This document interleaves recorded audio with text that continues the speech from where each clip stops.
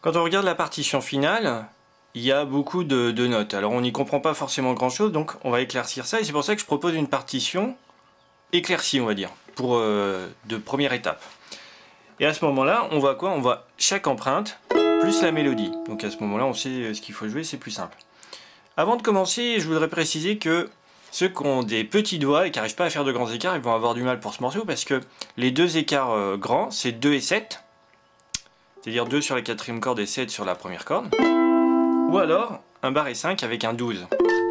Ok? On peut faire le barré sur 3 cordes si vous y arrivez mieux. Je le dis tout de suite parce que s'il y en a qui n'arrivent pas à faire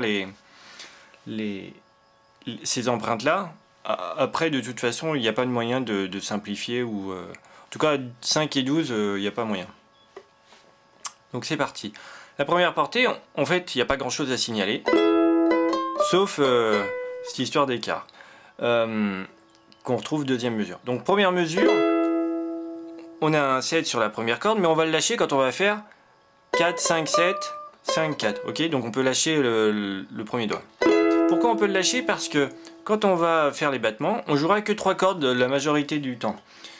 Si on joue 4 cordes, évidemment, parce qu'on n'arrive pas à être précis à ce moment-là, c'est vrai qu'il faudrait faire 5 et 7 avec deuxième et troisième doigt, mais c'est un peu... bon, moi je trouve que c'est pas la peine, il faut s'appliquer avec sa main droite, ne jouer que 3 cordes et... Ok, on lâchera le quatrième doigt pour faire 4, 5, 7, 5, 4. Deuxième mesure, le La mineur, c'est là où on a notre premier grand écart, on a le La mineur, et puis après, il faut maintenir le doigt quand on va faire 0, 3, 7, 5, 4. 5, 3. Ok? D'ailleurs, quand je fais 0, 3, 7, quand je vais chercher le 7, le 3 il est resté appuyé. C'est pas obligé. Pourquoi je le fais? Parce qu'après le quatrième doigt, il vient là, il glissera à 5, et le 3 il sera déjà posé. Donc c'est très confortable. Bon, cet écart, si on n'y arrive pas, et dans cette situation, on pourra évidemment, on n'est pas obligé de le faire, c'est pas un impératif. Pourquoi? Parce qu'on va jouer que 3 cordes. Quand on rajoutera les battements, d'accord? À ce moment-là, je joue pas la quatrième, donc je peux lâcher. Par précaution, moi je conseille quand même de le laisser, parce que si on jouait 4 cordes, et ben du coup ça ferait la bonne harmonie. C'est-à-dire le bon accord. C'est toujours un La mineur. Parce que si on lâchait et qu'on entendrait, si on entendait la quatrième corde à vide, et ben on entendrait une harmonie de Do et ça serait pas la même chose. Voilà, donc par précaution, c'est mieux de laisser appuyer et puis on fait cet écart 2 et 7. Troisième mesure. Rien à signaler. Je pense que c'est très facile. Mais déjà, quand on fait le bas, on s'entraîne à ne jouer que 3 cordes. Si on joue 4 cordes, ça va sonner comme ça. Bon, on peut faire aussi le barré, parce que par exemple si on a des grandes phalanges, on peut appuyer. Moi ma première phalange, elle arrive à appuyer sur 3 cordes, et je redresse mon barré, et la quatrième corde elle est pas sonnée. Donc à ce moment-là, quand je fais 4 cordes, et ben on n'entend pas la première corde, ok? Mais bon, ça c'est pas tout le monde qui peut le faire. Donc on n'en tient pas compte, vaut mieux s'appliquer avec la main droite. Deuxième ou troisième fois que je le dis. Ensuite, La mineur. Alors le 0, 2, 3 qui termine la portée, c'est pas à jouer fort parce que ça fait pas partie de la mélodie, c'est de l'accompagnement. Mais je l'ai quand même mis parce que ça faisait changer d'empreinte. Et quand je joue ce 0, 2, 3, je maintiens toujours mon premier doigt sur la deuxième case. Ok? Deuxième portée, le barré 5. C'est là où on a notre grand écart, parce qu'il faut maintenir le barré quand on va faire 8, 12. Alors moi je maintiens le 8, mais c'est pas obligé. Toujours pour la même raison, c'est qu'après on a 18, et je glisserai mon quatrième doigt à 10, et 18, ça sera très facile, j'aurai plus que le quatrième doigt à retirer. Mais rien d'obligé, on pourrait faire ça comme ça. Enfin là j'ai fait exprès de le retirer, ça n'a aucun sens, mais voilà. Moi je maintiens le deuxième doigt à 8. Si pour le barré, là on me voit barré comme ça, c'est-à-dire je ne joue pas la quatrième corde, même d'ailleurs le barré il se pose comme ça. Le bout du doigt étouffe la quatrième corde. Donc du coup si je fais un battement sur 4 cordes, quand on gratte 4 cordes, et ben au moins la quatrième corde elle sonne pas. Si jamais elle était attaquée, on peut quand même poser le quatrième doigt, ça sonnerait comme ça. C'est pas terrible? Enfin, c'est presque, on peut confondre les deux versions. Disons que là on entendrait une harmonie de Fa, on va dire. Il faudra entendre une harmonie de Ré mineur, Et pour entendre un Ré mineur en jouant 4 cordes, il faudrait poser un doigt à 7 sur la 4e corde. Mais là, c'est très difficile. Donc le plus simple, c'est de poser son barré comme ça, en étouffant la 4e corde. Enfin, c'est un coup à prendre. Une fois qu'on l'a pris, ça devient un réflexe de poser son doigt proprement, c'est-à-dire très précisément, sur les 3 premières cordes, en étouffant la 4e corde. Mesure suivante, le Do, bah rien à signaler. Moi je mets un 4e doigt sur le 7, parce qu'après on va à 3, donc là forcément faut démancher et mettre un 4e doigt à 7.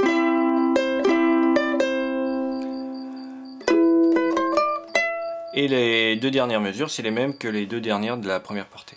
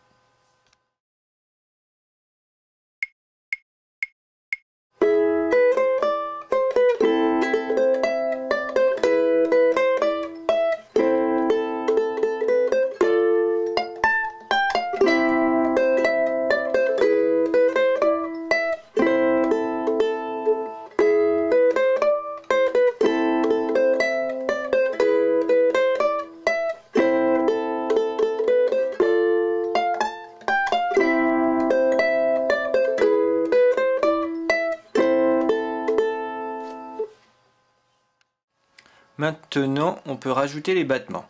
Alors, je vais faire un découpage où on retrouve à chaque fois le rythme bas au bas, bas, bas. Ok? Bas au bas, bas, bas. J'attaque avec l'index parce que je préfère le son que ça fait. En fait, on peut aussi attaquer avec le pouce. C'est un peu, enfin, dans mon cas, vu que j'ai un grand ongle, ça fait un peu plus péchu. Mais moi j'aime moins, donc mais chacun attaque comme il veut. Hein, donc vous me voyez attaquer avec l'index, mais c'est pas un impératif. Et je tiens l'index pour supporter l'index, c'est un peu comme un médiator. Il y a le pouce derrière qui supporte l'index. Comme ça, il est plus rigide. Mais Enfin, de faire juste l'index, ça marche aussi. Donc, je disais ba, au bas, ba, ba. Et alors, à quoi on les reconnaît? Ben, sur la tablature, c'est pas évident parce que les notes, elles sont ce qu'on appelle des ligatures, c'est ce qui les lie entre eux.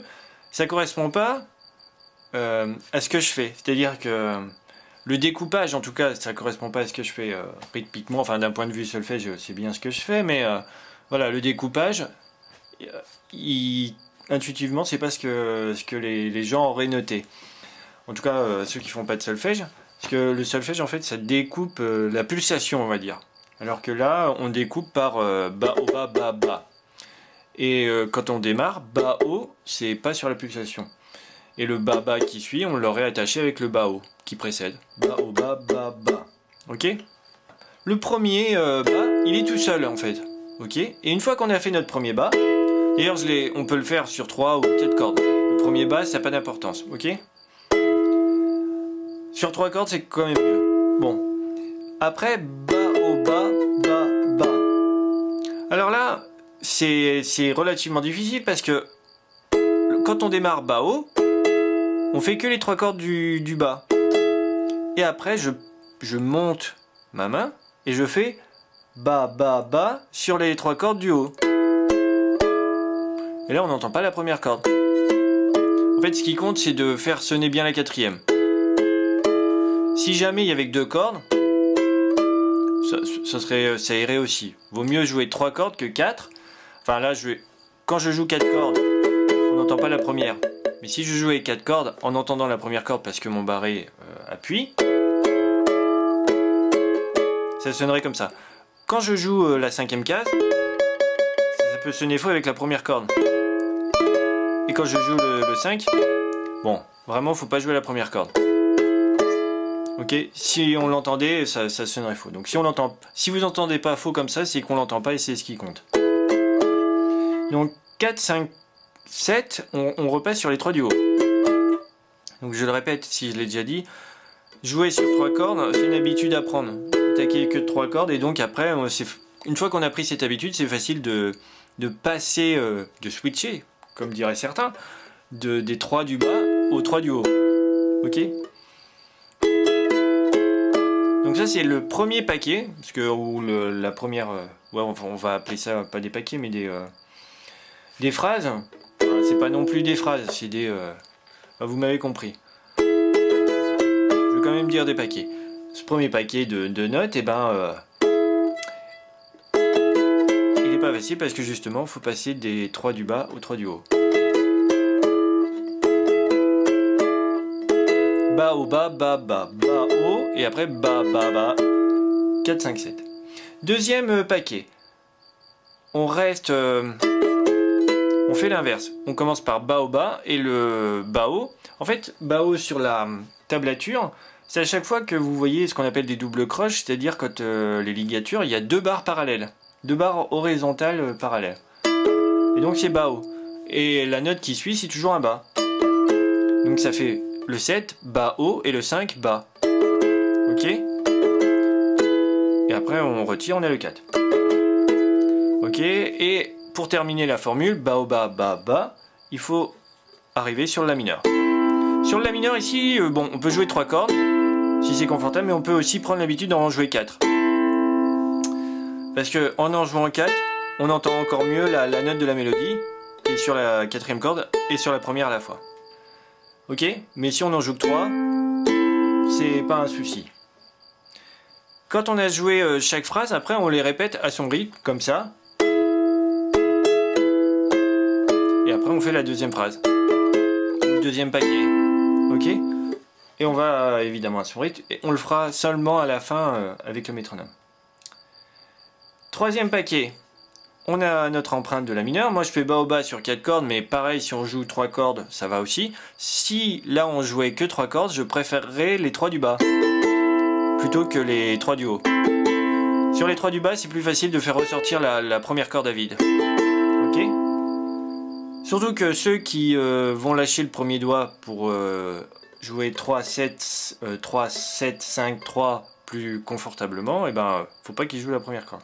Donc soit on joue les 3 du bas, soit on joue les 4, mais on maintient le 2. 3, 7. Voilà, donc là on a Ba-O-Ba, Ba-Ba, 3, 7, ok? Bon, ça c'est pas la plus dure. Et à chaque fois, si on y arrive, bah, on reprend du début, on fait notre Ba, Ba-O-Ba, Ba-Ba, Ba-O-Ba, Ba-Ba, Ba-O-Ba, Ba-Ba. 7, 7, 5, 3. Et là, ce qui est dur, c'est de retourner ici rapidement sur le 4. Ok? Et donc, il faut s'entraîner à faire le La mineur comme ça. Enfin, même si on joue que les 3 cordes comme ça. Et le Mi 7, enfin le Mi tout court sur les 4 cordes. Enfin, sur les 3 cordes, 4e case. Ok, donc il faut s'entraîner, à mon avis, à enchaîner juste cette empreinte et celle-ci.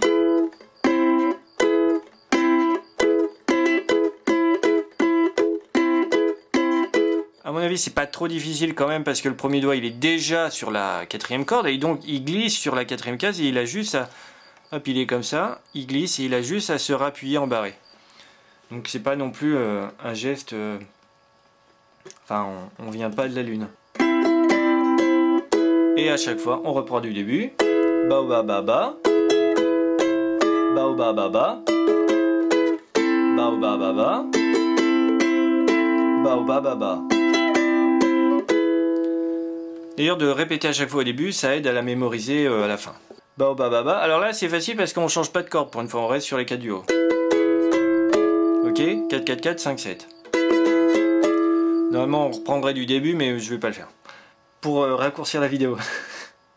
Là, on a un passage un peu plus dur parce que, pareil que tout à l'heure, enfin que la première paquet, celle-ci, on commence sur les 3 du haut. Ok. Et après... Alors souvent moi je mets le 3e doigt sur le 7 quand je fais 4, 4, 4, 5, 7. Pourquoi? Pour après mettre le 4e doigt à 7 facilement. Comme j'avais un 3e doigt ici, le 4 il peut se mettre à 7 facilement sur la première corde. Si j'avais fait comme ça, bah après, bon je peux mettre le 3e aussi à 7. Comme ça, mais je pense que c'est plus dur. Et si... Je peux aussi toujours utiliser le 4, c'est-à-dire je fais le paquet précédent, 4, 4, 4, 5, 7, et mon 4e doigt, là, il vient en bas. 7, 7, 3, 7, 7, 7, 7, 3. Alors c'est vrai que ce paquet, il n'est pas facile. 7, 7, 7, 7, 3. Alors 7, 7 sur la 4e corde. À mon avis, il faut s'entraîner juste le début Ba-O-Ba, Ba-Ba. Enfin, le premier Ba-O-Ba. Donc ça c'est avec le 4e doigt, avec le 3e doigt. Puis si on mettait le 4e doigt, on peut mettre le 3e. Donc quand on a isolé juste ce Ba-O-Ba et qu'on le maîtrise, on enchaîne tout. Et après en fait on fait 2 bas sur le 7 comme ça. Et pareil on revient vite sur le La mineur. Donc comme tout à l'heure on était du La mineur, on barrait à 4, on glissait le premier doigt. Là on a déjà le barré 4, hop on reglisse le premier doigt sur la 2e case. Et l'empreinte normalement se pose facilement. Ok? Et une fois qu'on est là, Ba-O-Ba, Ba-Ba, à ce moment là je joue les 4 cordes. D'ailleurs sur ici si j'avais joué que 3 cordes c'est pas grave, mais si je joue 4 c'est encore mieux. D'accord? Et là, donc dernier paquet de la portée, Ba-O-Ba, Ba-Ba. En jouant à 4 cordes. Les 3 dernières notes de la portée plus la première note de la portée suivante, c'est l'accompagnement. Donc, je joue que 3 cordes pour être moins sonore déjà. Et puis si je jouais avec l'index et le pouce comme ça, où c'est assez rigide et donc ça attaque... plutôt fort, et ben là je retire le pouce et j'essaye d'avoir un index léger pour jouer moins fort. 0, 2, 3, en laissant appuyer le doigt ici, c'est plus par précaution. 0, 2, 3, et le barré 5. Ok? Le 5 qui démarre la 2e portée, normalement c'est pas de la mélodie. Donc on peut maintenir en le jouant pas fort et reprendre pouce index pour le Ba-O-Ba qui va venir. Ok? 0, 2, 3. Et 2e portée. Et ça on s'entraîne parce qu'il y a un démanché. Démanché c'est quand on change de position et qu'on change de position sur le manche. Donc là, comme il y a le démanché, il faut peut-être s'entraîner un peu. Et répéter juste la phrase. Deuxième portée, première phrase. Premier paquet. C'est là où il y a le grand écart. Ba au bas, ba bas. Donc je répète, hein, mon barré, il étouffe la quatrième corde.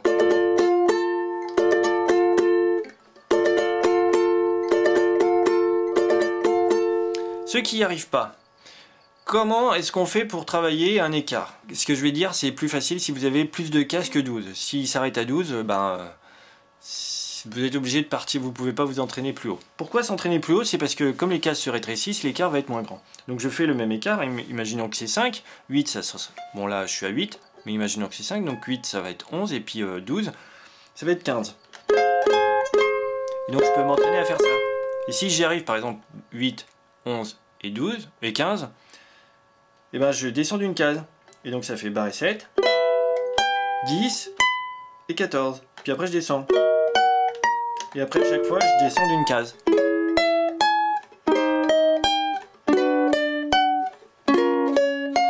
Et je descends jusqu'où je peux.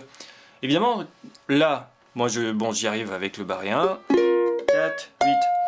Tout le monde ne va pas y arriver. Mais à force de descendre progressivement, quand on est à 5, si on y arrive ici, et quand on est à 5, c'est beaucoup plus facile. Ok? Donc voilà l'astuce. Ba au bas, ba bas, 8, 5, 5, 5, 8, 12. 12, 12, 10, 8, 7. C'est pas le passage le plus dur, vu qu'on est déjà le barré. 12, 12, 12, 12, 12, 10, 8, 7. On n'est pas obligé de suivre les doigts que je joue, avec lesquels je joue, surtout que je fais pas toujours la même chose. On peut très bien glisser le quatrième doigt. Ça réduit l'écart. Vous voyez par exemple, là je glisse mon quatrième doigt au lieu de faire 4 et 3. Ok? Ba au bas, ba bas. On peut, là, c'est écrit 3 cordes, mais de jouer 4 cordes, c'est juste plus sonore. C'est un peu, éventuellement, la mélodie ressortira moins. C'est pour ça que des fois, j'essaye de faire que 3 cordes quand je fais ça. Comme ça, on entend plus distinctement la mélodie. Mais pas de souci. Là, si on se lâche et qu'on joue 4 cordes, ça sonne très bien aussi. Voilà, on n'est pas obligé de suivre la partition. On fait comme on peut. Ba au bas, ba bas. Donc ça, on vient de le faire. Là, toujours facile parce que ça reste sur la même corde. 7, 7, 5, 3. Et on revient tout de suite sur le barré 4. Mais ça, c'est presque la même chose que au-dessus, quand... enfin, au-dessus. Première portée, quand on avait le La mineur. Et qu'on fallait vite revenir sur le E, là, celle-là c'est pareil, sauf qu'en plus, on n'a pas le premier doigt ici, qui peut être un peu handicapant. Voilà.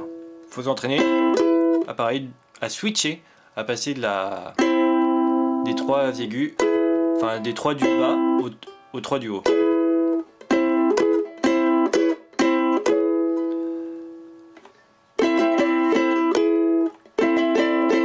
Et tourner en boucle. Et chaque fois on reprend au début, même si je le fais plus, oubliez pas. Ba au bas, ba bas. Ça c'est pareil qu'on l'a déjà vu, c'est quand on faisait la troisième mesure de la première portée, c'est la même troisième mesure en deuxième portée. Rien qui change. Les 3 derniers ba au bas, ba bas. Alors il y a une barre de reprise, ça veut dire que dès que je fais ba au bas, ba, je repars au début, ok? Donc j'ai mon empreinte de La mineur. Même si je joue pas la première corde. Pourquoi je joue pas? Alors là quand je terminais, je jouais 4 cordes pour être plus fort, et en plus la quatrième corde et la première c'est la même note, donc on perçoit mieux la mélodie. Alors là c'est pas juste ba ba ba ba, c'est ba ba ba ba et ba sur le, enfin changement d'accord sur le dernier ba.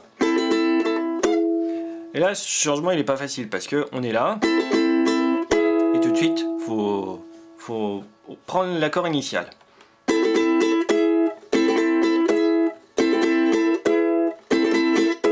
Voilà, on a isolé chaque passage qu'il fallait faire rapidement. Et si on est repris du début, après on peut commencer à le faire au métronome. Il y a aussi autre chose, c'est que comme on termine comme ça, si on fait pas la reprise, bah, on l'a reprise, on l'a fait qu'une fois, après on passe à la deuxième partie, et ben vous passez de cette empreinte à ça. Donc on peut aussi s'entraîner dès maintenant à faire ba ba ba et puis attaquer les 2 premières notes de la deuxième partie. Moi là tout de suite je mets premier et quatrième doigt, mais on peut mettre premier et troisième, bon tout le monde ça marche aussi, voilà. Ok, donc on prend la première empreinte de la deuxième partie et on s'entraîne à l'enchaîner. Alors avec la main droite j'attaque pouce sur la quatrième corde, majeur sur la première corde. Pourquoi? Parce que l'index il jouera toujours la deuxième et il y aura une sorte de jeu comme ça, pouce un majeur en même temps et puis l'index qui joue après.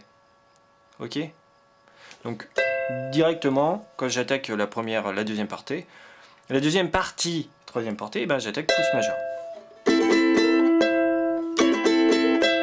Là il y a aussi cette corde qui continue de résonner, mais c'est pas gênant parce que de toute façon on va la réattaquer tout le temps à vide, donc voilà.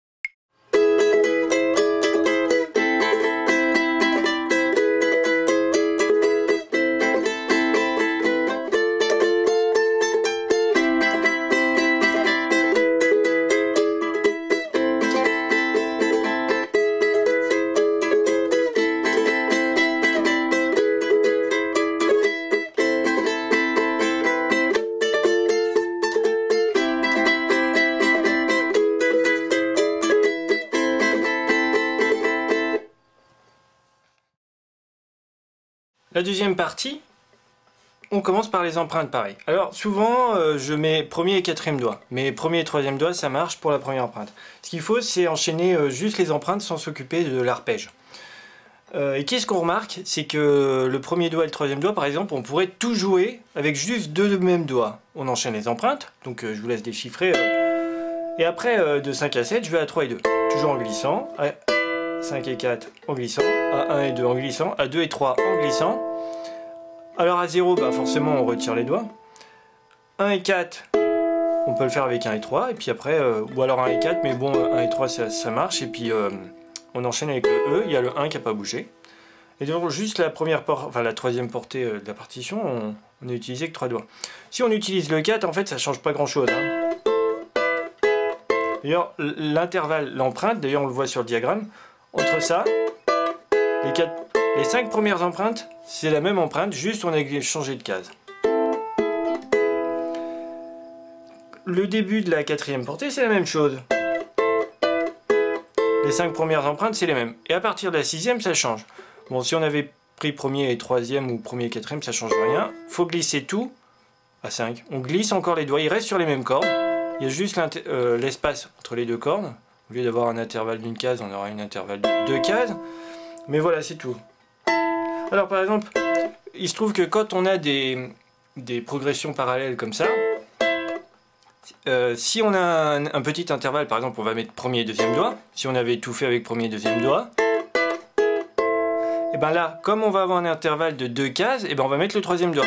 Ça peut être commode dans certains cas, là je trouve que c'est pas le cas, mais après, bon forcément je connais le morceau, mais sinon, voilà, quand on a un intervalle d'une case, on met premier et deuxième doigt, quand on a un intervalle de 2 cases, on met premier et troisième doigt. Parce qu'après on va avoir un intervalle de 3 cases, on va glisser le premier doigt à 9, et naturellement, on mettrait le quatrième doigt. Comme ça fait respecter ce que j'appelle la position. Premier doigt, première case, deuxième doigt, deuxième case, troisième doigt, troisième case, quatrième doigt, quatrième case. Sauf qu'en 9e position, ça fait premier doigt à 9, deuxième à 10, troisième à 11 et quatrième à 12.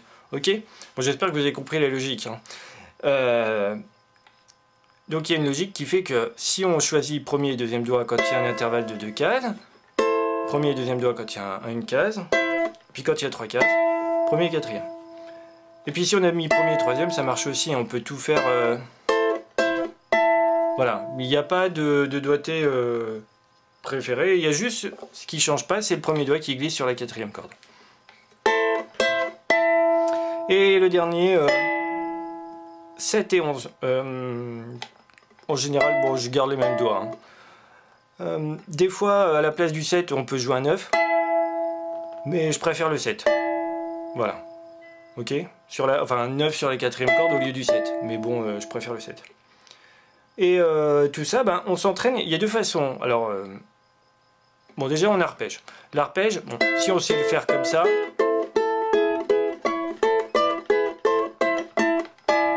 il n'y aura pas de problème à arpéger. L'arpège c'est pouce sur la 4e corde, tout le temps. Bon, des fois sur la 3e corde, mais on va dire que quand vous lisez l'accord à 3, il y a 3 notes. Celle qui est, qui est en bas, sur la 4e corde, ce sera toujours le pouce. Des fois c'est la 3e corde.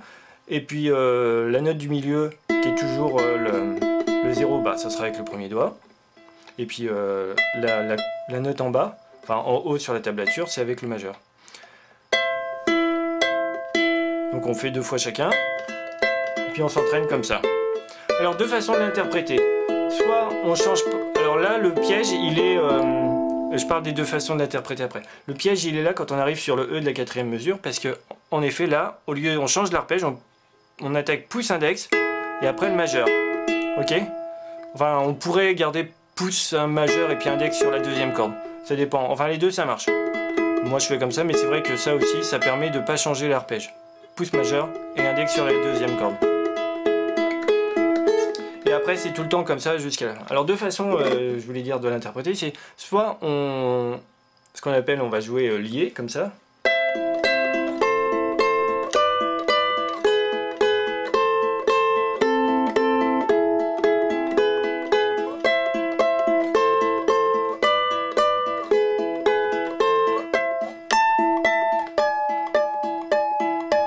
Et à ce moment-là, bah, voilà ce que ça sonne. Soit on coupe à chaque fois les notes, et ça fait...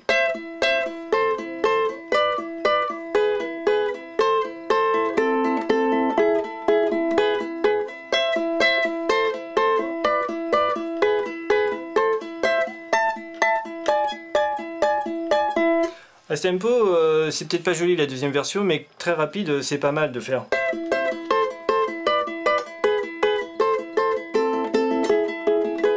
Ok, vous voyez ce que je veux dire. Mais très rapide, ça marche bien aussi de faire en lié.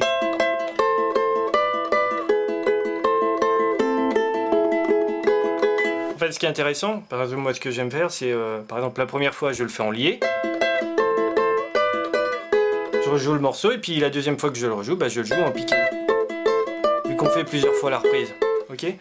Comme ça casse la redondance, que c'est toujours la même chose.